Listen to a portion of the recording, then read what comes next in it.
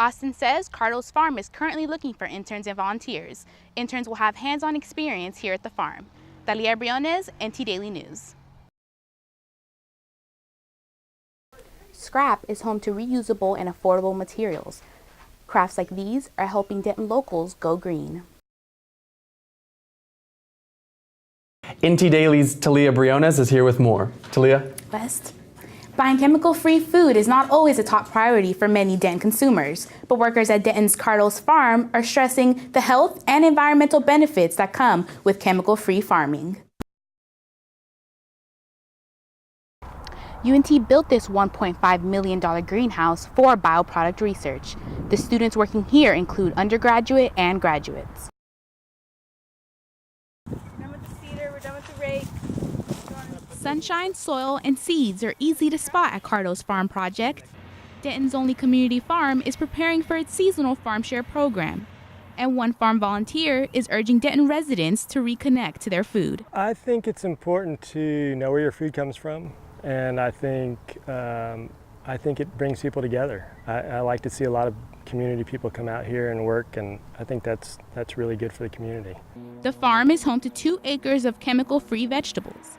A farm share program allows residents to pay in advance for vegetables grown on the farm, and the food usually does not have to travel more than a mile to reach them. This is a way that people can get their vegetables and have a true grasp on where they're coming from and know who's growing them, and oftentimes they can actually come to the farm and harvest themselves.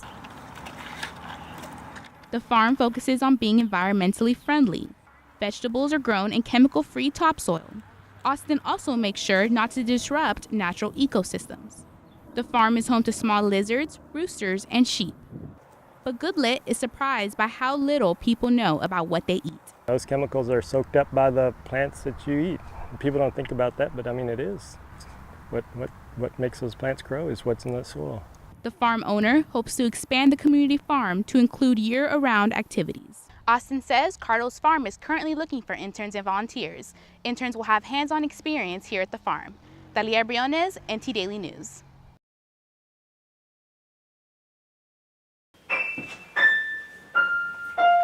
Rachel Nicholson is no stranger to the art of reusing. The mother of 3 and clothing designer uses recycled fabric for many of her designs, and she thinks there is too much material that simply never gets used. And they just throw it out, and then it just sits somewhere. And I think it's good just to reuse and use what you have and not waste.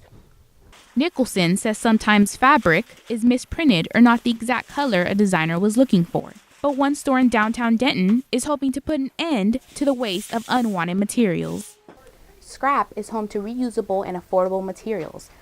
Crafts like these are helping Denton locals go green. There's a lot of environmental footprint that you can reduce if you're using a material that already exists instead of purchasing a new material. From our family to yours. Scrap takes in 100 pounds of donated materials a day for a total of 12 tons last year.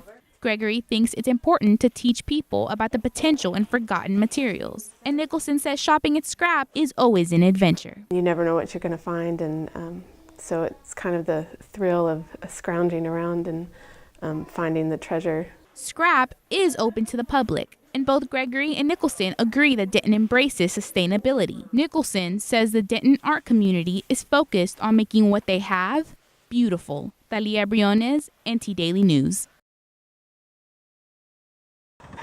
Petroleum-based plastics may soon be a thing of the past. A University of North Texas research group working at Discovery Park has been growing genetically modified sugar canes that can produce everyday plastics. Professor Stevens Brumbley says his team has now reached commercial viability. This means the plastics may be ready to test in the field. And then in the third and the most recent round this past summer, we have leaves that are producing up to 12% of the leaf dry weight. The plastics are engineered by taking bacterial genes and inserting them into the sugar canes. This bacterium then makes the plant compounds similar to plastics. But Brumbley says these plastics are not harmful to the environment.